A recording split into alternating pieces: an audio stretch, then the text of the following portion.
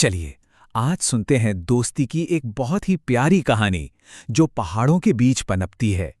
ये कहानी है राजू और उसके एक बहुत ही खास दोस्त रोबो की। तो कहानी हमें ले चलती है पहाड़ों में, जहां एक लड़का रहता है राजू। उसकी दुनिया एकदम शांत, सुकून से भरी और प्रकृति के बहुत करीब है। जरा राजू को देखिए, कितना शांत और कुछ सोच में डूबा हुआ लगता है ना? ऐसा लगता है मानो वो अपने आसपास की दुनिया के हर छोटे छोटे राज को समझने की कोशिश कर रहा हो।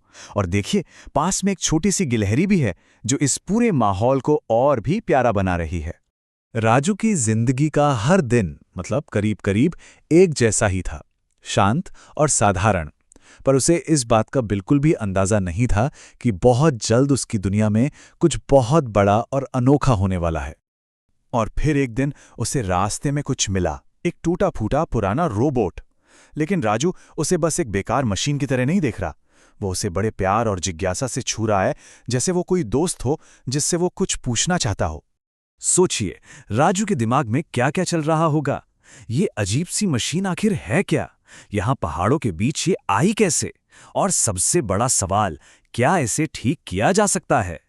अब कहानी का रुख बदलता है और हम पहुंचते हैं राजू की अपनी एक छोटी सी जादुई दुनिया में, उसकी वर्कशॉप। यहीं पर हमें राजू का असली हुनर और उसकी लगन का कमाल देखने को मिलेगा। जरा देखिए तो सही, उसका ध्यान कितना मगन है वो। चारों तरफ औजार और ना जाने क्या क्या सामान बिखरा पड़ा है, और राजू पूरे दिल से उस रोबोट में जिंदगी वापस लाने की कोशिश में जुटा है। राजू ने इसे ठीक करने के लिए सिर्फ अपने हुनर का इस्तेमाल नहीं किया, उसने इसमें अपनी पूरी उम्मीद, अपना पूरा प्यार डाल दिया।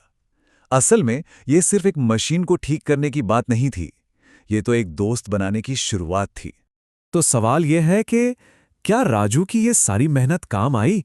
अब कहानी उस मोड़ पर आ गई है जिसका हम सबको इंतजार है, वो पल जब रोबोट शायद अपनी आंखें खोलेगा। और फिर एक पल के लिए जैसे सब कुछ थम सा गया, एकदम खामोशी छा गई। तभी उस रोबोट की आंखों में एक नीली रोशनी जली और एक बहुत ही प्यारी आवाज सुनाई दी। नमस्ते, मैं हूं रोबो, तुम्हारा दोस्त। और बस उसी पल राजू की सारी मेहनत सफल हो गई। उसकी दयालुता ने कमाल कर दिया था। यहां से एक नई और बहुत ही अनोखी दोस्ती की शुरुआत हुई। तो देखा आपने, ये कहानी सिर्फ एक लड़के और एक रोबोट के मिलने की नहीं है, इसके पीछे एक बहुत गहरा मतलब भी छिपा है। चलिए जरा उस पर बात करते हैं। ये छोटी सी कहानी हमें कुछ बड़ी बातें सिखाती है। पहली, कि जिज्ञासा हमें नई नई चीजों से मिलाती है।